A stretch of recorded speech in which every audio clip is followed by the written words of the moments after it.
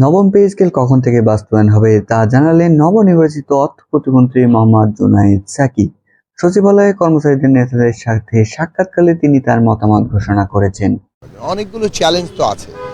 একদিক থেকে তো হচ্ছে যে ধরুন এই যে ক্ষমতার ভারসাম্য এবং জবাবদিহি তৈরি করা, অর্থনৈতিক একটা বাংলাদেশের বিকাশের জায়গাতে নিয়ে যাওয়া। তবে কি খুব দ্রুত সময়ের মধ্যেই নবম জাতীয় পে স্কেল প্রকাশিত হচ্ছে? নবনির্বাচিত অর্থমন্ত্রী মোহাম্মদ জুনায়েদ সাকির বলা বক্তব্য নিয়ে জনপ্রিয় পত্রিকা দৈনিক ইত্তেফাকের প্রতিবেদনে বিস্তার আলোচনা থাকছে আজকের এই ভিডিওতে। আপনারা অবশ্যই না টেনে আমাদের পুরো ভিডিওটি দেখবেন এবং আপনার মতামতটি আমাদের কমেন্ট বক্সে জানাবেন। বলে রাখি, আমাদের যে যার অবস্থান থেকে পে স্কেলের নিয়ে প্রতিবেদন উপস্থাপন করা উচিত। আমরা যে যার অবস্থান থেকে একটি করে কমেন্ট এবং মতামত আমাদের কমেন্ট বক্সে আজকের ভিডিওতে জানিয়ে যাব। চলুন দৈনিক ইত্তেফাকের নবম পে স্কেল বাস্তবায়নের অর্থ প্রতিমন্ত্রী কি জানালেন তা নিয়ে বিস্তারিতভাবে প্রতিবেদনটি আলোচনা করি। চলে আসলাম আমাদের মূল ভিডিওতে।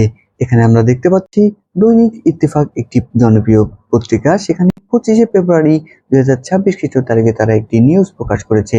সেখানে তারা হেডলাইন দিয়েছে, নবম পে স্কেল কখন বাস্তবায়ন হবে তা জানালেন অর্থ প্রতিমন্ত্রী। চলুন বিস্তারিততে কি থাকছে। সরকারি কর্মচারীদের নবম পে স্কেল বাস্তবায়ন করা হবে, তবে এতে কিছুটা সময় লাগবে বলে জানিয়েছেন অর্থ প্রতিমন্ত্রী জুনায়েদ আহমেদ সাকি। 24শে ফেব্রুয়ারি সচিবালয়ে কর্মচারীদের নেতাদের সঙ্গে সাক্ষাৎকালে তিনি একথাটি বলেছেন। সচিবালয়ে প্রতিমন্ত্রীর দপ্তরে আনুষ্ঠানিক বৈঠকে উপস্থিত ছিলেন বাংলাদেশের সেক্রেটারি সার্ভিস অ্যাসোসিয়েশনের সভাপতি এবং উপসচিব মোহাম্মদ আব্দুল খালেক, বাংলাদেশ সরকারি কর্মচারী দাবি আদায় ঐক্য পরিষদের সমন্বয়ক এবং এম এ হান্নান সহ কয়েকজন নেতারা সেখানে উপস্থিত ছিলেন। বৈঠক শেষে এম এ হান্নান বলেন, প্রতিমন্ত্রী তাদের আশ্বস্ত করেছেন। তার ভাষ্য অনুযায়ী প্রধানমন্ত্রী তারেক রহমান যেহেতু বলেছেন, তাই আপনারা ধীরে ধীরে পে স্কেল পাবেন, তবে এখনই সব বাস্তবায়ন সম্ভব নয়, কিছু সময় লাগবে বলে তিনি জানিয়েছেন। আপনারা একটু ধৈর্য ধারণ করুন।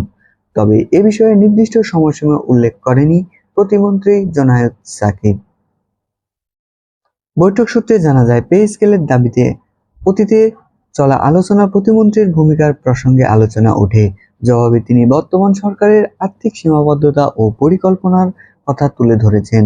পাশাপাশি জানান, সাম্প্রতিক মন্ত্রিসভার বৈঠকে পে স্কেল নিয়ে কোনো আলোচনা এখন পর্যন্ত হয়নি, তবে আমাদের এই পে স্কেল নিয়ে অবশ্যই আরও একটি প্রতিবেদন উপস্থাপন করা উচিত। আমাদের যে যার অবস্থান থেকে সে বিষয়ে সতর্ক থাকা উচিত, যাতে নতুন সরকারের আমলে সেটি তাদের পর্যন্ত পৌঁছায়।